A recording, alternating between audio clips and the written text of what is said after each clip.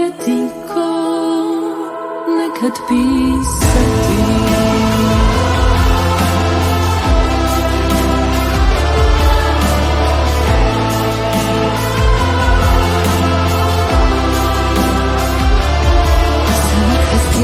Ne gledat u daljinu, sa tobom kraj sebe osjećat milinu, da sa tobom gledam ka staroj apsidi, da mi njegoš, da tebi zavidim.